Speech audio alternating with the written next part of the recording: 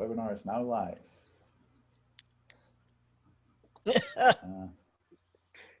Hello, everyone. We'll wait until the numbers stop increasing. So we're up to 50 now.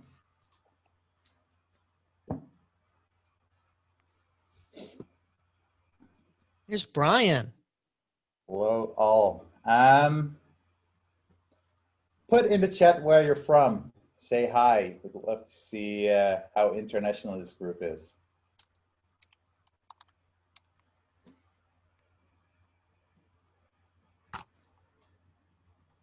Whoa. I was going to say good morning, but. Wow, exactly.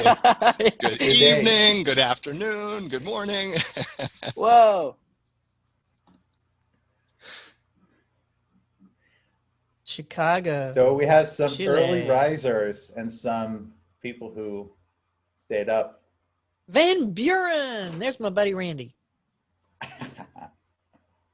Nova Nice. Scotia. More people from Amsterdam. Yes, it's tropical here. The jungles of Mississippi. That's in my neighborhood.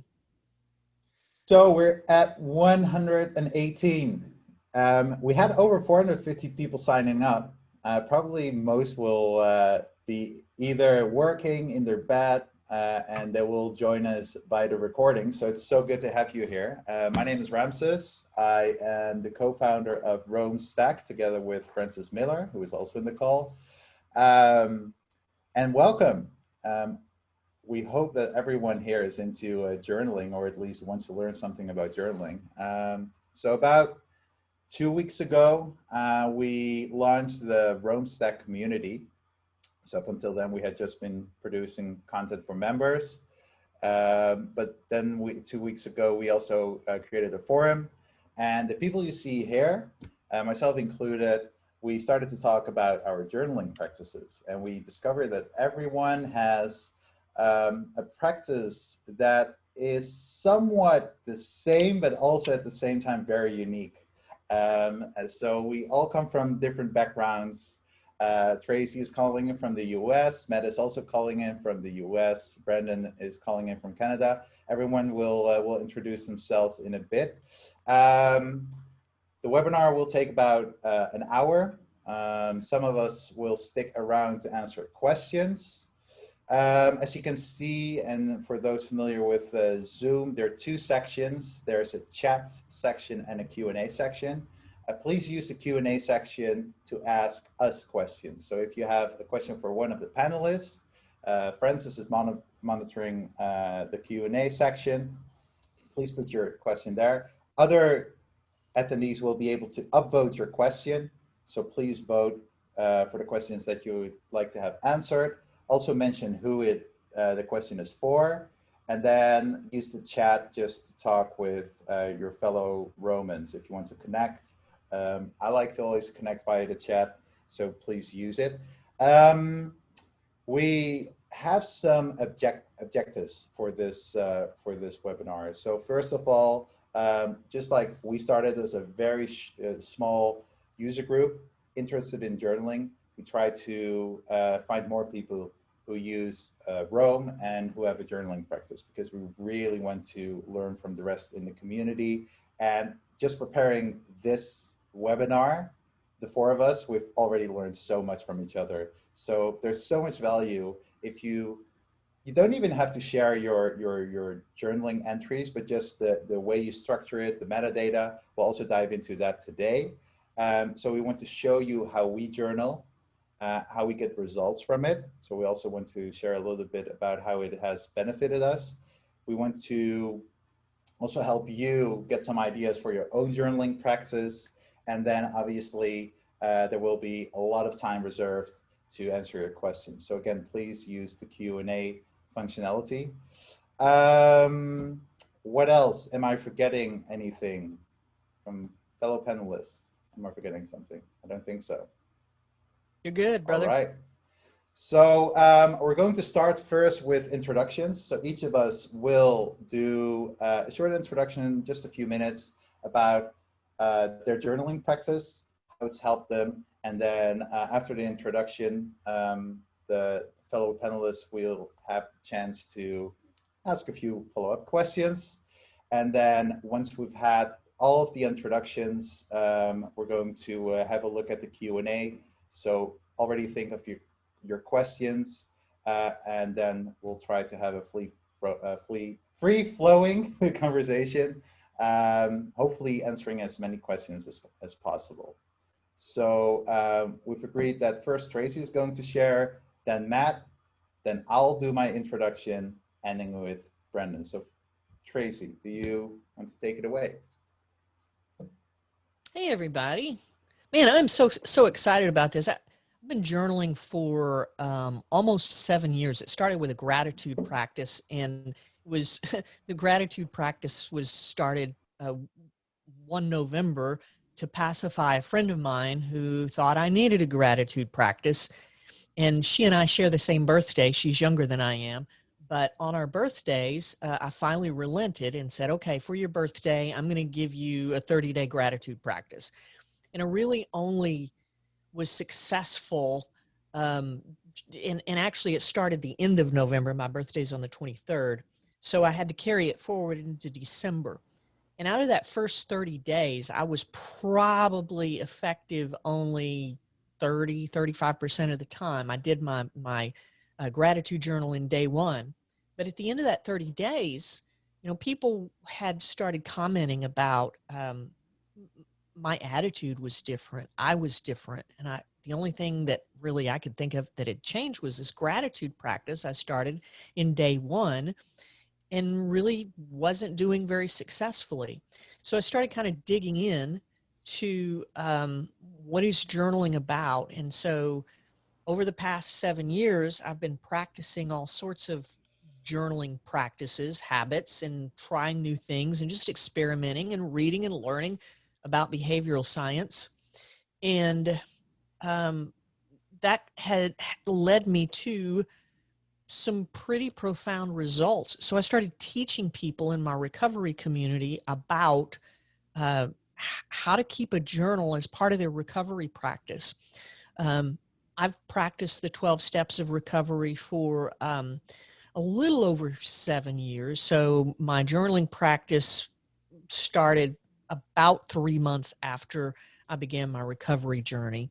And my struggle isn't chemical. I'm in recovery for unresolved grief, anger, and resentment issues. The thing about the 12 steps, many of us know, is that they're steeped in Jesus' teachings in the Sermon on the Mount. So I have a strong interest in that.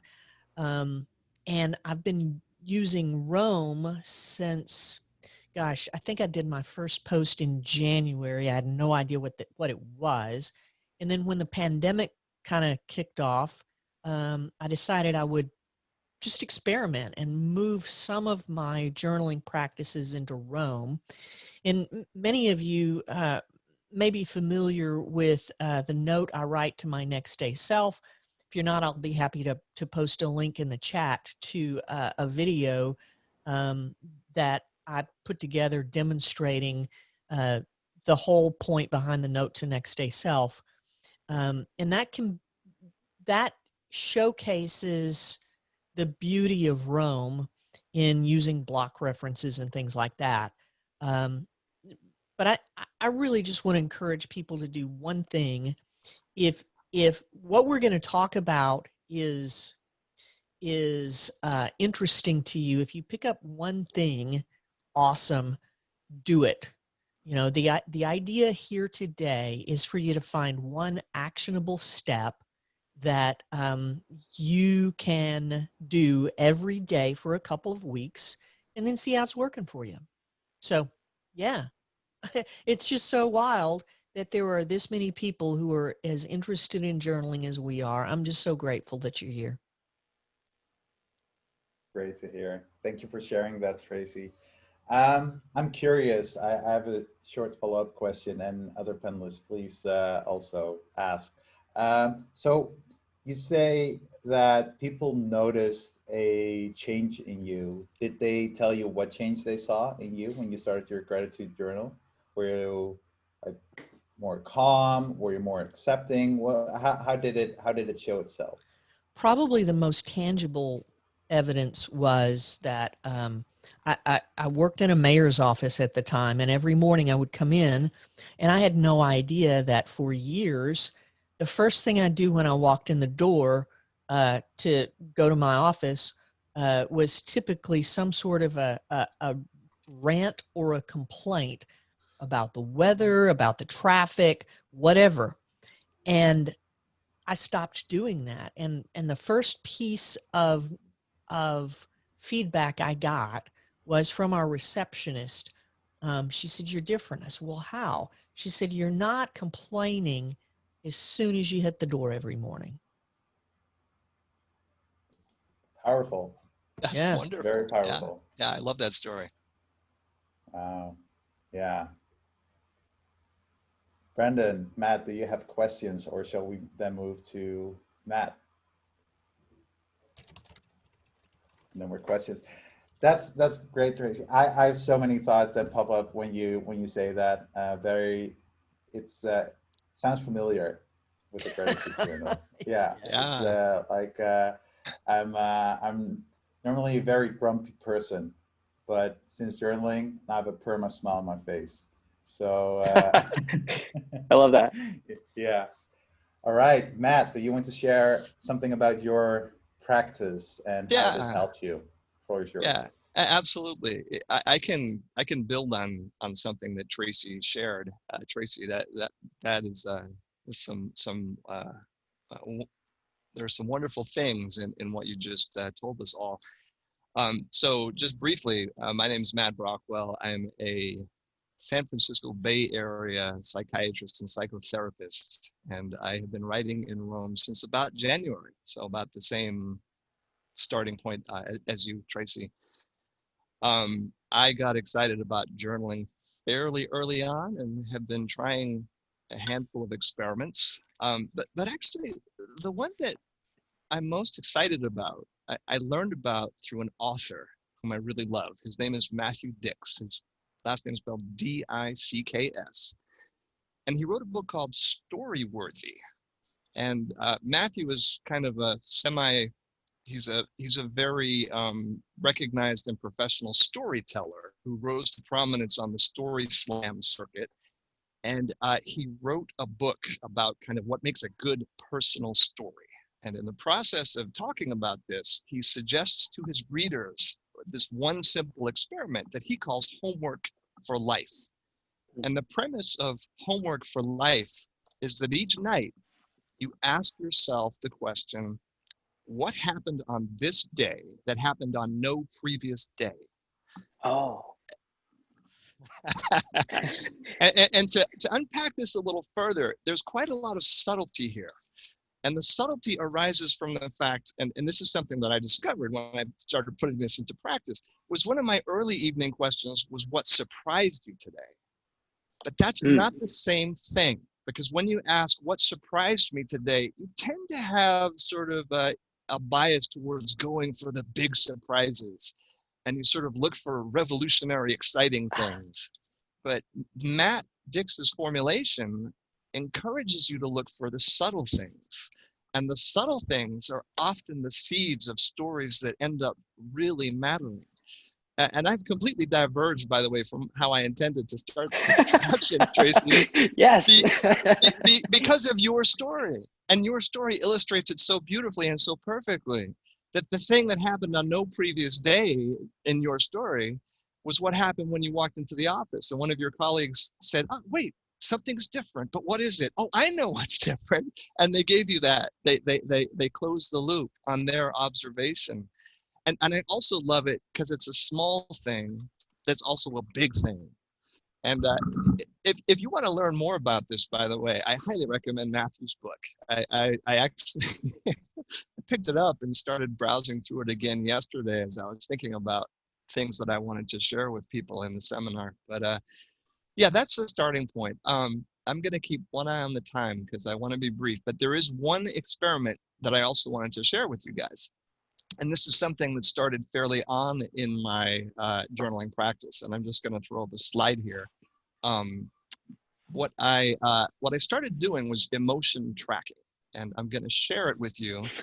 That Fancy. essentially, this all began with a very small observation, which was that I was hashtagging LOL, wow, and ARG.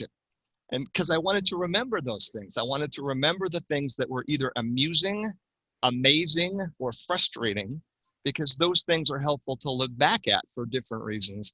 And then I thought to myself, wait, those are actually little verbal statements of feeling. And I realized, well, hey, what else can I track? If I'm going to track those three, I could track some more. And in the end, that ended up being an index list in my Roam database. I figured out I had to organize it. The organization system you might choose if you want to try this experiment is up to you. I opted for the Kanban table, and I'll show you why in a moment. And I'm going to just talk briefly through some of the things I discovered as a result of this experiment. So in the end, my list grew to such a length that I needed to organize it. And this is how I opted to organize it. I used essentially three categories, and I classified the emotions as warm, neutral, or cool. And I chose temperature words because I wanted to be non-judgmental. And my idea was just that I would start listing all the things that showed up as I was writing in my interstitial journal. Part of the inspiration for this warm, neutral, cool came from other readings that I'd done in the field of emotion. There's a lot of research out there. It's been going on for hundreds of years. There is some discussion among psychologists whether there exists a certain set of basic emotions, and there are lots of classification systems out there. But at the end of the day, I wanted something that worked for me, and this ended up being it. And so you can see, if you glance through that these are colloquial expressions of emotion. One of the things that you can't see in this table is that there are nested categories underneath all of them. So if I were to go under the Kanban table and look under amused, I would also have LOL and whatever, anything else that I happen to type, because that's the important thing. I'm tracking my own language. And then finally, I just want to share a couple things that are kind of interesting and fun. The first is that, as you can see, all of these emotions are links. And in that sense, they allow for a kind of time travel, because I can click on any of those links and I can review all the times I felt sad in the last 6 months. I can review all the times I felt happy. And I can also work on maybe even some more difficult emotions, like if I feel guilty or ashamed of something, I review it and I go back to it and I look at it again. But the second time I look at it, it feels a little different. And that kind of brings me to my final point, which is I think you can catalyze this whole process by working with other people. And the other people could be a therapist, but it could also just be a kind of accountability friend or a small group of people where you're sort of sharing your story to the degree that you feel comfortable and getting some feedback. And then you go back and you rework it a little bit. I mean, that's essentially what psychotherapy is. It's you tell a story to a therapist and the therapist helps you reframe it somewhat. What I did here was I also mentioned, just one last little thing. 2 emotions ended up being at the top of the table for me. If you look up to the top, you see inspired and aspiration. And for me, those were kind of special because those are feelings, but they're also really important because they kind of keep me focused and directed and motivated. The things that inspire me get tagged with that. And then if I'm not feeling inspired, I go back and review them. It sort of helps keep me I know what I'm doing with my life. And then aspiration, those are just when I think of something like, that would be really cool. I would love to do that one day. I am going to try to stay focused on time and just mention one last thing. The unlinked references. This one's kind of fun because once you have your vocabulary out there, you can do a search for unlinked references and you can find the moments that you forgot to tag, but you can also find places where other people, if you're importing articles or short stories or whatever, you find the places where other people wrote about those things too. So that's it. That's the result of my experiment. That's what I wanted to give you guys today. So why don't I leave it at that and we'll move on. Matt, I love that so much. I think the biggest takeaway for me is your inline journaling of like LOL, wow, and ARG. That is so profoundly simple and effective to me. It's like that just will happen naturally. And I just get to journal how I text or how I communicate to friends. And then I get the added benefit of being able to travel through time and see how I've experienced that emotion in different contexts in my life. Like, love that. Yeah, thank you. The thing that I thought was very Rome-like about that is starting with very small, simple things, and you build a little more complexity on top of those things. So the fact that I started with what were maybe like the most basic little spicy ingredients of emotion in my journal, and then I thought, wait, there's probably more. That it felt very Rome-like. Yeah, that makes a lot of sense. Your system is so much more structured than mine. But I really like it. I will, in my introduction, I will show a little bit how I do it, because I also try to time travel through my past emotions and energy levels. So I will show that in a bit. Are there any questions from panelists? I see in the Q&A there are no questions yet. So people, please, if you have questions for us, ask them in the Q&A. I'm trying to keep an eye on the chat, but it's difficult. All right. So if there are no questions, I will move into my part. So how I started journaling, actually I started out with sitting meditation about 6 years ago. I had some friends who were into spiritual stuff, into mostly Eastern philosophy.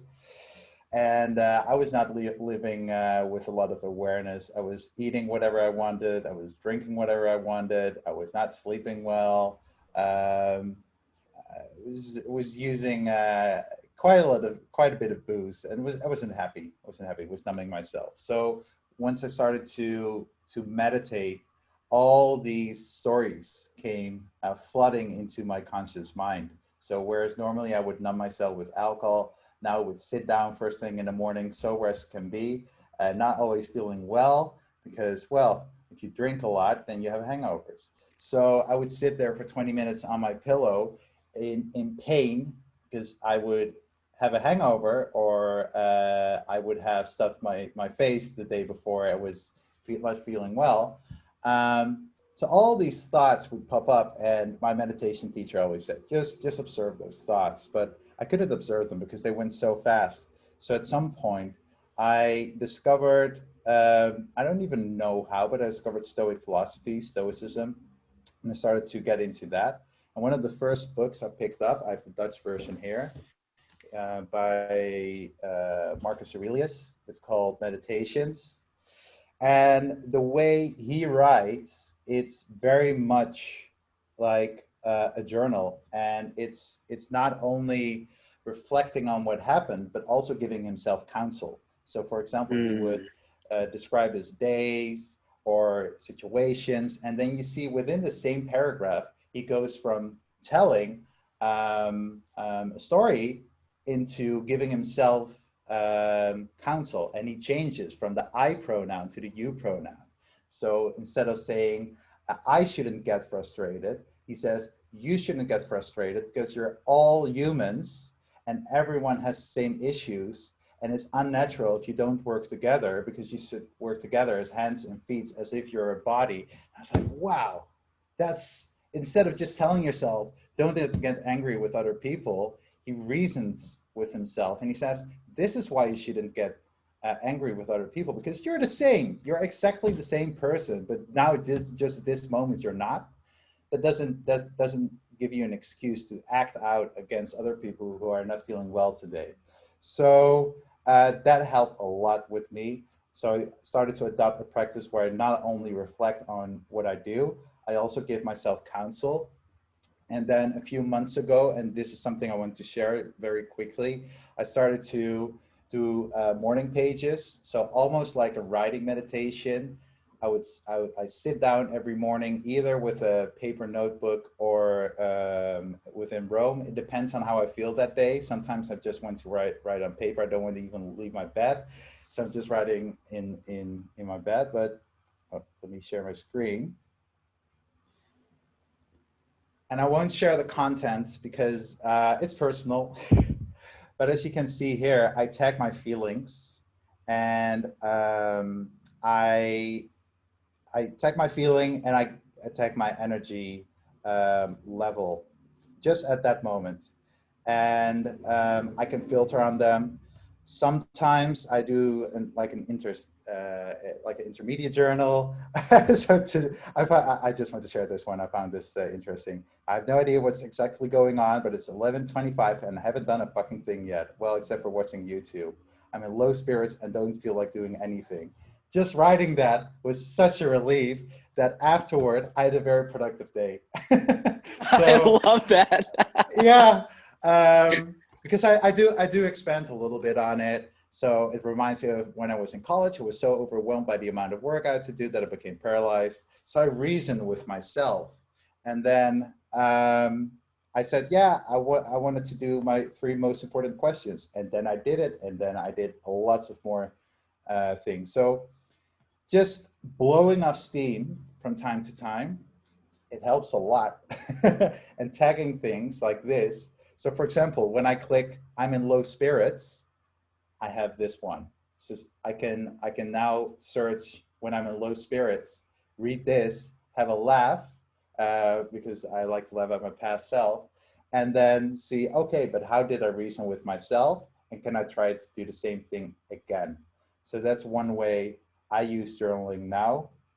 And then apart from that, I've been doing a Stoic practice called 3 questions. So at the end of the day, I ask first what went well, what didn't go well, and how would I do things differently. So it's reflection. It's always starting out with a positive, then something, it's not necessarily negative, but a learning point. And then with the 3rd question, I use visualization to prepare myself for an alternative course of action.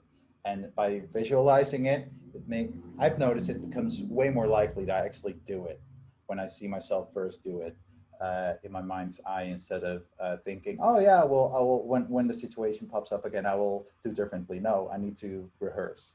Otherwise I won't do it. And that's my practice.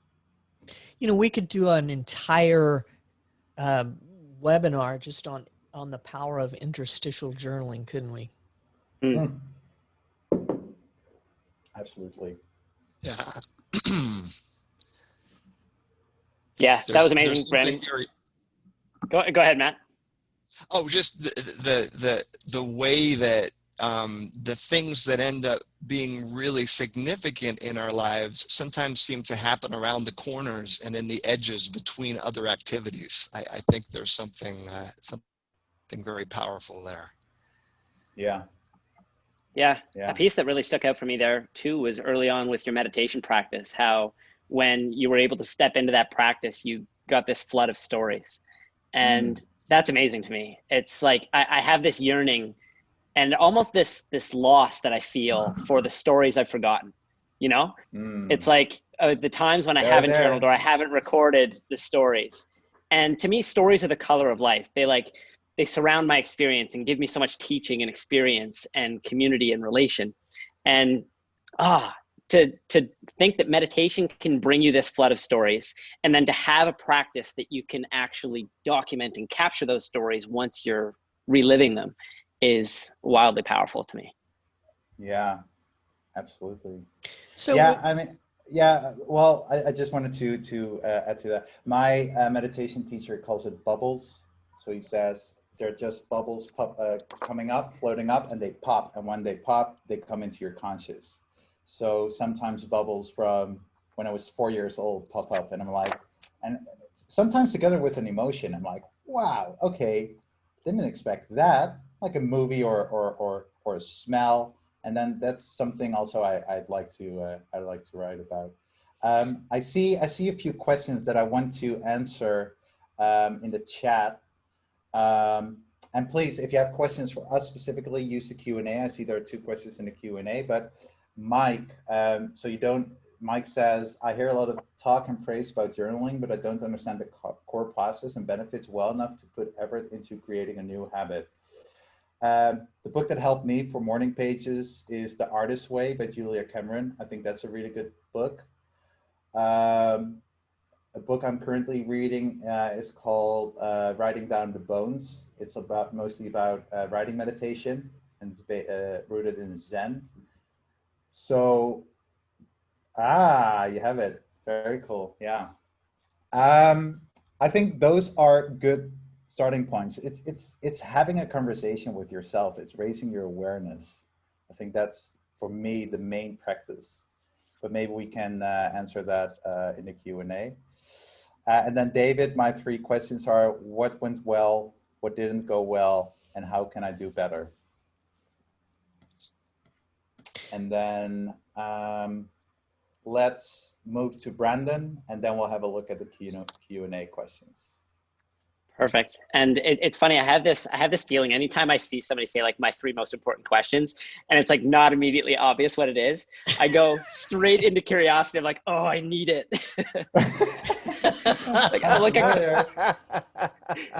The community spends every day with this, and I don't. Please, need it. Anyway, it kind of relates to what I'm doing anyway. So my part of this journaling panel is less, I suppose, about content and more about the system of journaling that I use, and kind of why I'm excited about using Roam as that tool in the first place. So I'm going to fire up a screen share, and I'm going to do an experiment where I'm going to try and present using Roam, because I found this yesterday and it looked cool. So here we go. Is this what you built after our last conversation on Saturday? No, this is a different thing altogether. But okay. I have to interject here. Brian Toe says Brandon is the prompt treasurer. Aspiring. Okay, so nice. I'd like to talk a little bit about atomic journaling and this idea that we've been circulating around for the last little while. And I was reflecting on that journey and kind of why Roam as journaling to begin with. And I was thinking of what if questions last night. So like, what if you could connect the dots to be your own therapist, your own coach, decide how to think in advance even, to orchestrate senses of inspiration and have ideas at will, to cultivate awareness, and then to take that awareness and to shift with intention. And it's these sorts of things that pull me to a journaling practice, that pull me to a system of interconnectivity. Oh, there we go. So why in Roam? So for me, Roam is the best tool for integration. Your life's interconnected, from the day-to-day things that happen to the someday I'd like to things. It houses your personal CRM of the people that you know, the people, places, things, experience, and knowledge that you keep and hold dear. And for me, the journaling process, you have the ability to kind of weave through all of these elements of your life and create this connectivity that allows you to explore through your experience in a way that is new and exciting to me. So for me, the process of journaling is cultivating that awareness and cultivating imagination, almost like you're farming ideas, awareness, experience, and stories. For me, it's amazing the power of a prompt. So when you are presented with a question, you say, "Ooh, that's a good question." And it takes you to a thought space that you wouldn't have gone by yourself, perhaps.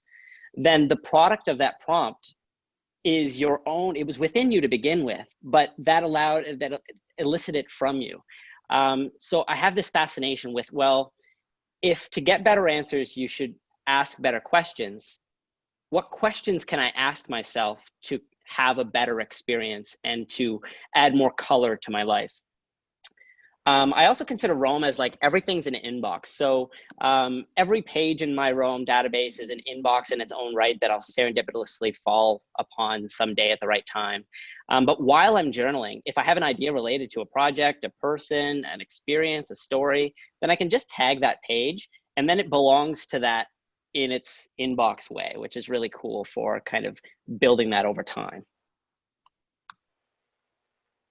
I talked a little bit about the system and the content with when I was going through the introduction, but really the system is how you journal and the way that you journal and the workflow, the architecture, the structure, templates, and the content is the what you journal. It's like, how do you fill that system? So I like to separate the two when I'm talking about really most things. It doesn't have to be journaling, into this dichotomy of the system and the content.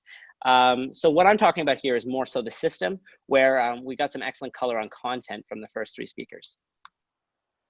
Some of the challenges I felt was that my journaling experience was feeling rote or uninspired, kind of repetitive, sometimes scattered and disconnected. And sometimes I'd look at a blank cursor or just like a blank piece of paper, and I wouldn't be hit with a wave of inspiration that would just take the pen away with me.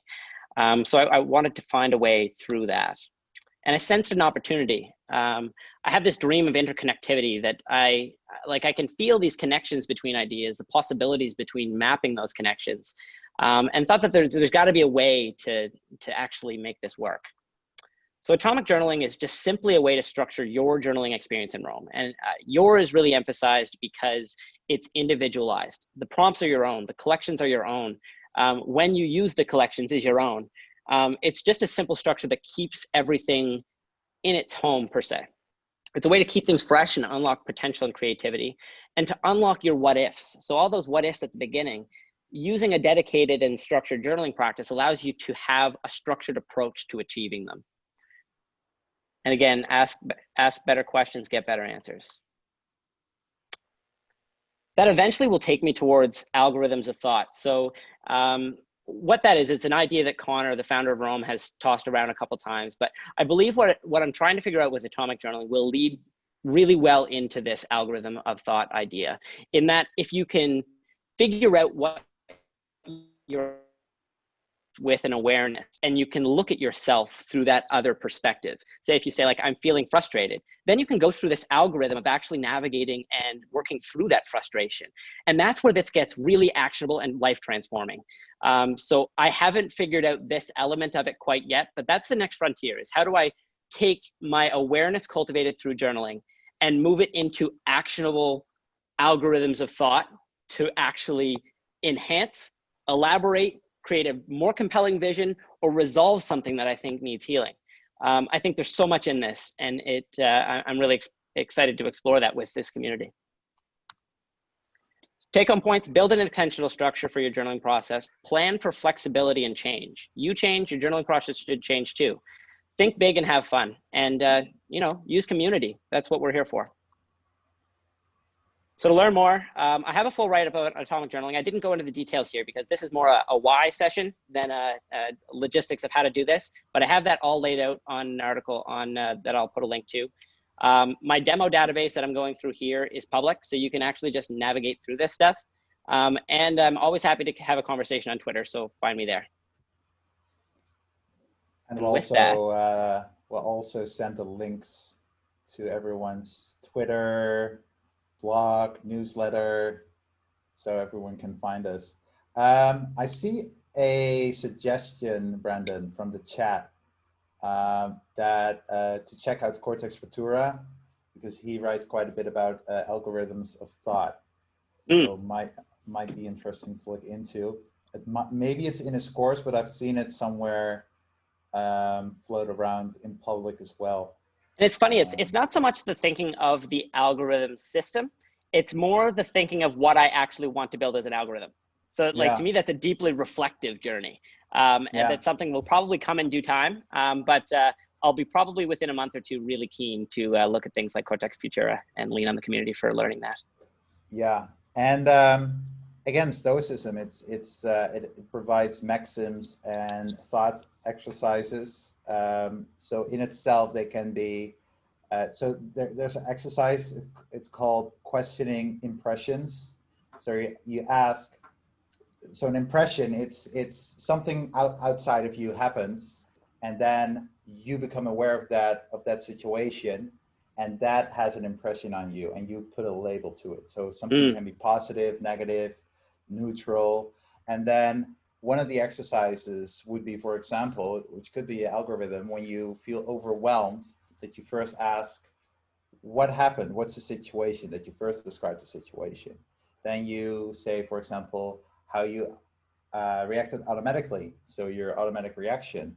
And then you start to question that automatic reaction, because looking at the situation, and for example, you lash out to someone because they said something, and you have a look again, and then you think, oh, maybe I misunderstood them. Maybe they were not trying to hurt me, but I interpreted it as being hurtful. And I think if you have just a few questions, that could be an algorithm to to think through a situation and your reaction to it. And that's something that really helps for me. So maybe that's an idea. And it's funny when we think about algorithms, sometimes we think about this like complex Google generated thing.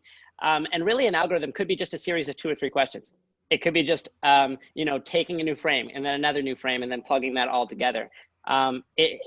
This can be so simple and so complex. It's so scalable. But what you were talking about, Ramses, reminds me of Byron Katie's The Work, her kind of algorithm of working through a similar type of situation.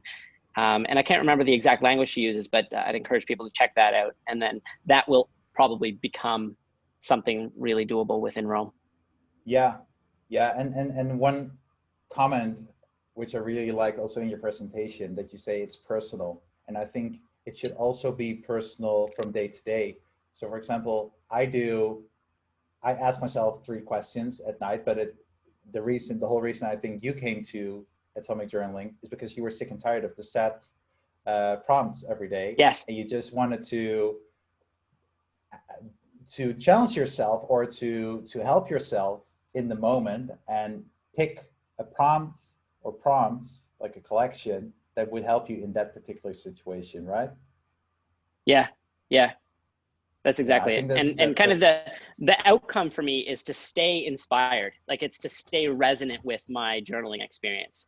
Yes. So if I have, if I'm really hitting on those 3 most important questions and I'm able to kind of reinvent an angle on that every day and I'm feeling good about it and I'm getting something from it, then don't change a thing. Just keep doing that.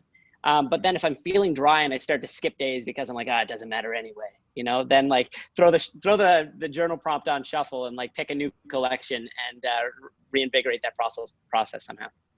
I have a quick question actually for Matt, because he's our psychotherapist on staff, right? And I love what you said, Brandon, about us being our own therapist. And I'm really interested in making sure that as we journal, we're using both effectively if we need them. How would that work, Doctor? Thank you. Wow. I'm looking at the clock. I'm realizing we have about 15 minutes left in our seminar, and there is so much here. This is incredible. I love all the things that are coming up here. So to your question, Tracy, I guess all that I would say is that it's important for all of us or any of us to know when we need help or when we need an outside perspective. And, I'm not here to direct you towards that help, but the help is always there if you need it. One of the things that can happen when you start journaling is you bring up stuff that's painful or difficult. And you can generally get so far with that kind of material on your own.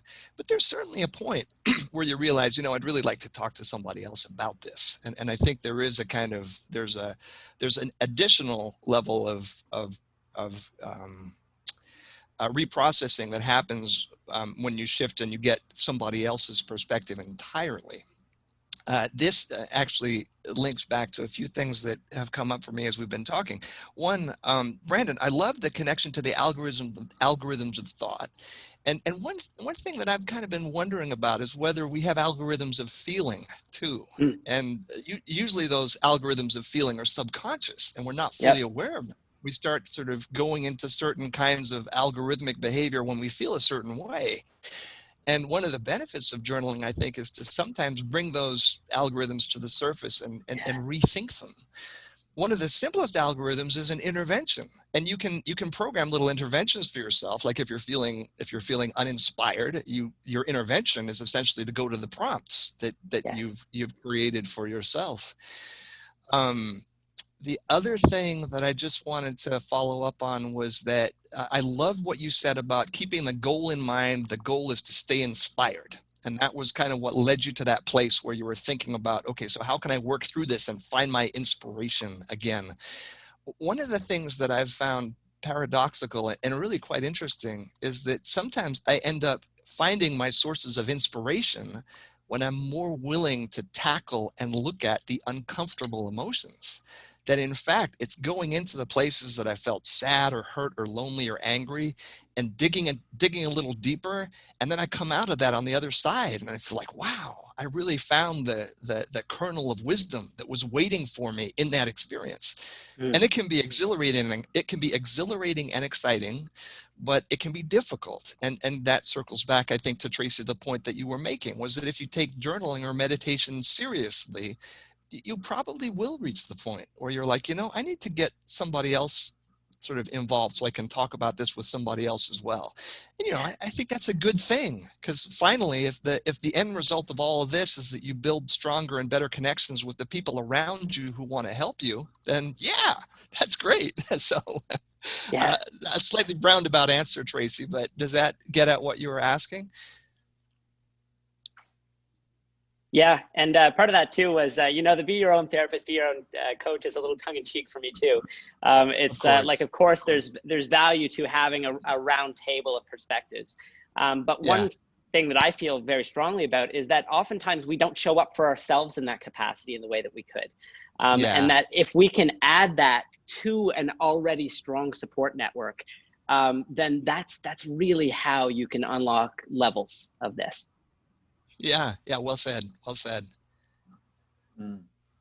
I like that. Journaling becomes a way to show up for yourself. I like that a lot. Yeah. I saw some people say we need a 4-hour webinar, and I think that's true. I think we need to do follow-up parts. I think that would be very interesting. Thank you all. We went way over time with our own contributions and our own thoughts and questions, but I think in general people loved it. We do have, I see 6 questions now in the Q&A, and Frances has been keeping an eye on them. Can you feed us one question, and then maybe one of the panelists can say, oh, I want to answer that question? I suppose we'll probably try and keep them kind of brief. And then I think a couple of the panelists might be able to stick around for a little while after our official cutoff time. So I am able to stick around. Yeah. And I can for a couple minutes as well. Perfect. Okay. So there are 2 questions about privacy. Marcelo asks, sometimes I feel the need for journaling some much private thoughts, some things I don't want anyone to know about yet, at least. How do you guys treat privacy issues? And Miguel asks, how confident are the panelists about journaling on highly sensitive personal topics, knowing this is in the cloud? Yeah, I can give a quick answer as a privacy nut.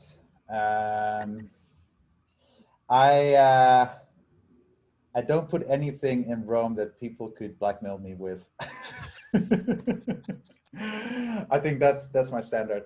I mean, I'm a pretty open person. I journal in Dutch, so first people need to decipher that. And then if it's really sensitive, so when I'm really in a self-loathing mood, I will just pick a paper and pen, because it's also nicer to sometimes just write really in private and by hand. But I mean, you can keep it as small as you want. You can, I think, a mood tracking, energy tracking, just using metadata, you can keep it very light. It doesn't have to be very personal and up close. Use paper for that, I think. It's also nicer just to write. I agree with Ramses. I like both of your answers, employing the blackmail standard and also just turning to pen and paper. One other thing that I find myself doing is just employing aliases. Like if I write about real people, I just give them a made up name, and the alias lives on a sheet of paper somewhere if I ever forget. But usually I don't forget because I picked the alias for a reason. So yeah. Oh, that's smart. Yeah. Yeah.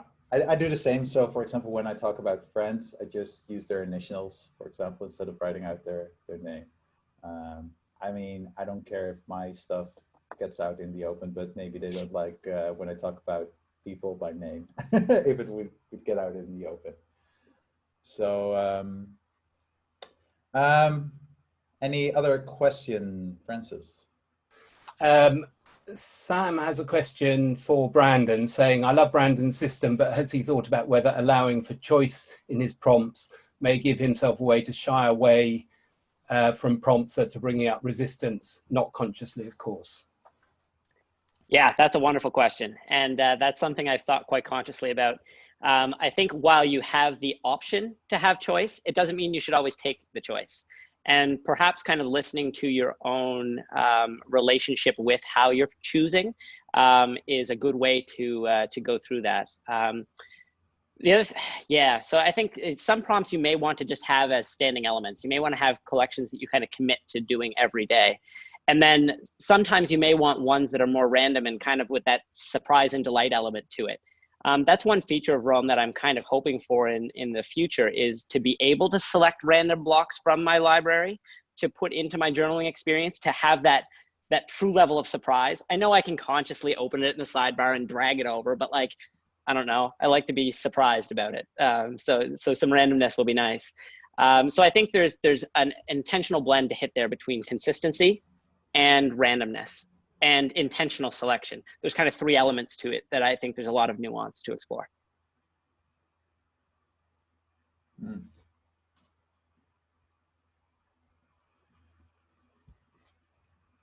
Let's see the chat.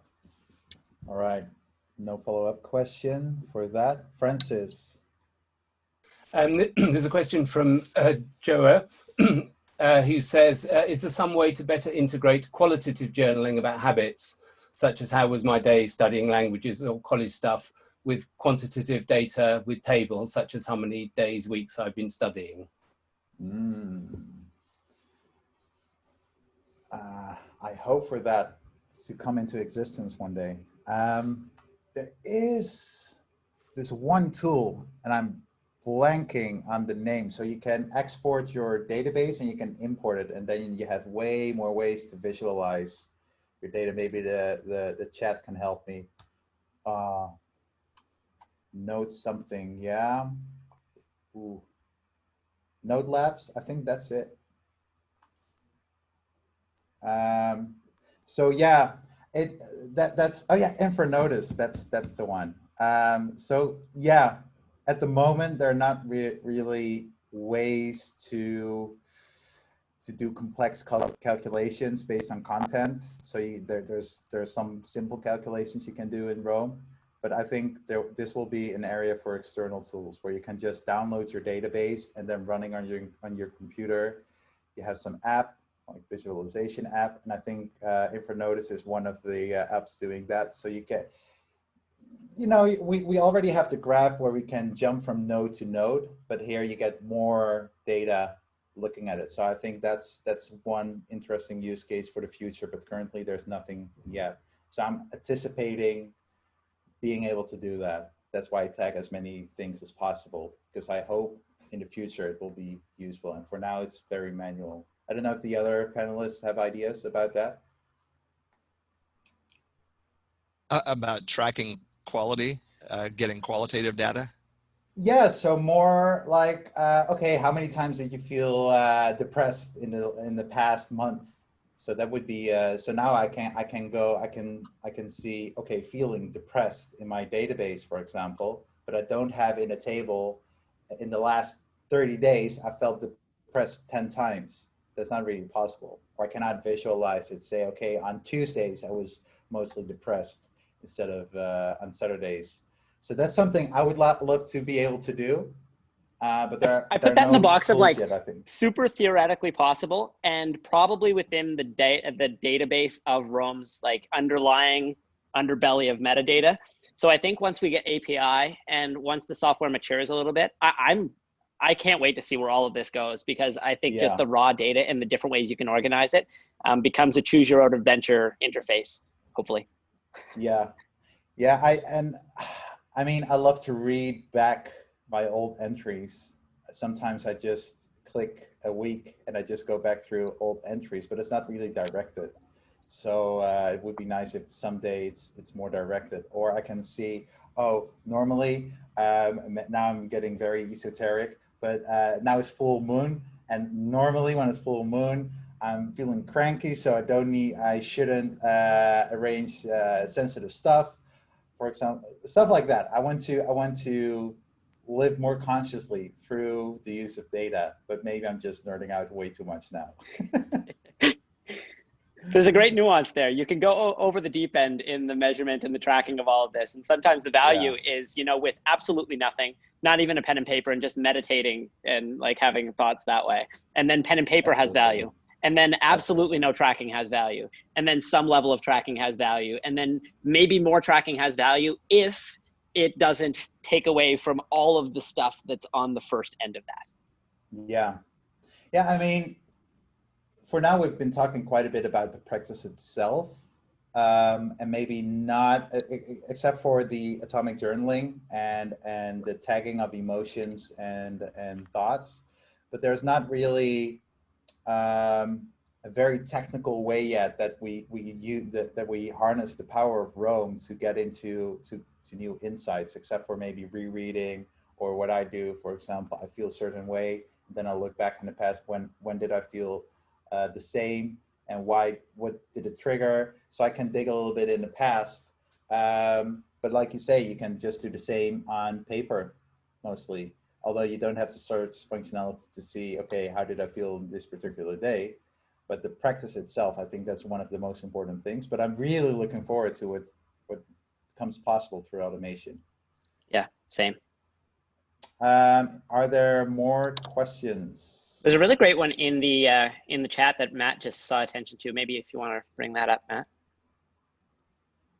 Yeah, Jenna Dixon writes, address gender issues. So cute that guys have discovered journaling, which in the past has been too feminine for guys. CF, the maker explosion, which this looks a lot like why I am not a maker when tech culture only celebrates creation. It risks ignoring those who teach, criticize, and take care of others. Yeah, what do you guys think? I mean, that's a big topic. We could, oh my goodness, it's 7:28, right? Thanks, Jenna, for bringing that up. I think you raise a wonderful point about sort of the historic genderification of thoughts versus feelings. I mean, it's huge. Yeah. Well, I try to believe I'm in touch with my feminine energy, but Brendan. Yeah, it's been a journey, you know, like there's been a point in my life where even addressing the nuance of emotion was not really a masculine thing that I would want to identify with. And it was, you know, being almost stoic in disposition. Sometimes, I don't know, there was a weird nuance to masculinity in my younger years. Through emotional is about this. I think that energy and the whole emotional side of the spectrum is, it's a well of potential, and I don't think it should be a gender issue at all. I think anybody should have access to the power of reflection, journaling, thoughts, sensitivity, and all of those things. Guys, I have a hard stop at 7:30. I have to sign out. This has been fantastic. No. I've really enjoyed talking with all of you, and reading the comments in the chat has been wonderful. Thank you so much for getting up early, Matt. I appreciate it. It's been my pleasure. I'm signing off, but I will check in with all of you guys later. All right, perfect. So thank you, Matt. There's one question that I really would like to answer if you guys don't mind. Yeah. Todd asked about the course that I'm writing. Thank you so much. I got so excited that I didn't mention it off the top, and plus I knew we had a lot of conversation to get into. I'm publishing the course. I'm going live on Monday, September 28th, only to my subscribers. So the first week is going to be to people who subscribe to my email. We'll have some bonuses and some things like that, and then will go public that first Monday in October, which is when the U.S. Supreme Court meets. It's also October 5th. So that's when I'll start promoting the course on Twitter. So love to have you join the list. Thank you so much for asking. Yeah, and tomorrow we'll send you the link to the recording, and we're also sending you a survey. So in preparation to this call, we all answered a few questions, and I will mention them here. So one or two lines about our journaling practice, one result we've experienced from journaling, and then results we're trying to seek through journaling. So we're going to send out a survey tomorrow with the same questions, just to help you think about your own journaling practice. You don't need to answer them and submit them to us, although we would love to see your answers. And then you also have the chance to indicate who can contact you. So for example, if you want to stay in touch with Tracy and Brandon, you tick their names and they will get a copy of so they will get your email address for their own lists. I think this is the best way to approach it. So you can stay in touch with everyone. Simply open the survey, go through it, leave your email address, and indicate who can contact you. So that's before we sign up off, but I think there may be more questions. I mean, I have more time to answer questions. Francis, are there any questions in the Q&A or the chat that you saw? I don't think particularly. All right. So in that case, I think it's time to wrap up the webinar. So I think we peaked at 155 people. It was great. And again, please, if you are into journaling and you want to find it, so again, this is a way for us also to find other people who are interested in journaling, like-minded individuals. It's strange how you can connect on the internet with total strangers and have really deep connections, but that's something we are really a fan of. And just preparing this webinar, we had a call on Saturday and so many good things popped up. So I definitely look forward to future webinars. Sam Marfleet. I wasn't really interested in journaling before, but I think I'm a new convert. Oh, Yes. Nice. This is what we're doing it for. So if you have a journaling practice, if you want to join us, please consider joining Roam Stack, the Roam Stack membership. You will have access to the community as well. That's where we hang out. And that's also where we met and how we came with the idea to organize this. And hopefully welcome more people in our ranks. Any last comments from the panelists before we sign off? Cheers.